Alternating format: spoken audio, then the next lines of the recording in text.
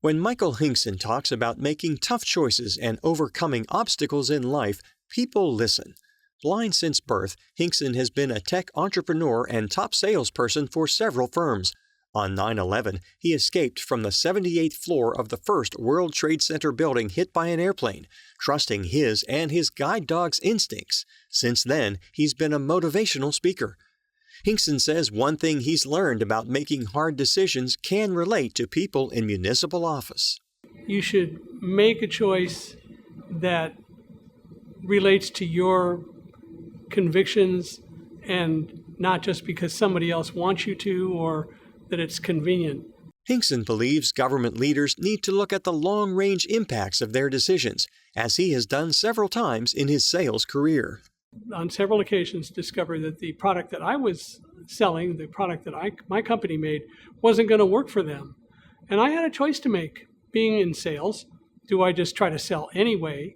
Or knowing that it's going to backfire eventually, do I tell them, my product won't work, but here's what will? He says invariably he has gotten repeat business from these customers because they trusted him to do the right thing in the long run.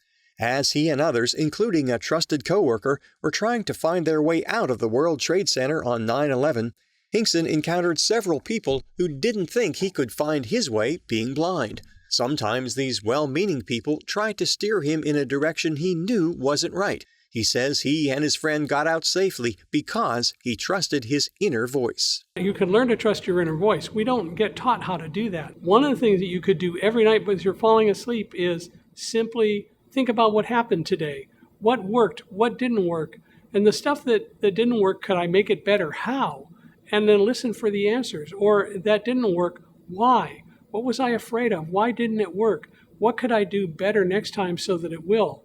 If we ask those questions and are open to looking for answers, we'll get them. Another lesson Hingson says he's learned and believes is valuable for public service leaders is not to make assumptions about liabilities you think people working for you may have.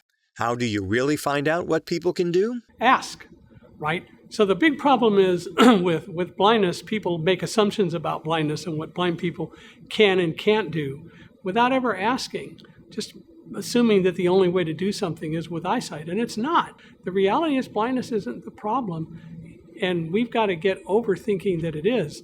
And we make too many assumptions about too many things when all it would take would be ask. Going back to 9/11, Hingson says many people relying on eyesight to get out of the Twin Towers were deceived by what they saw. The people trying to tell him the wrong things to do to get out of the building by assuming he didn't know what to do because he was blind might have escaped sooner and more easily if they had known he trusted his and his guide dog's instincts, which didn't rely on now unreliable visual cues. How would they have known this? They needed to ask.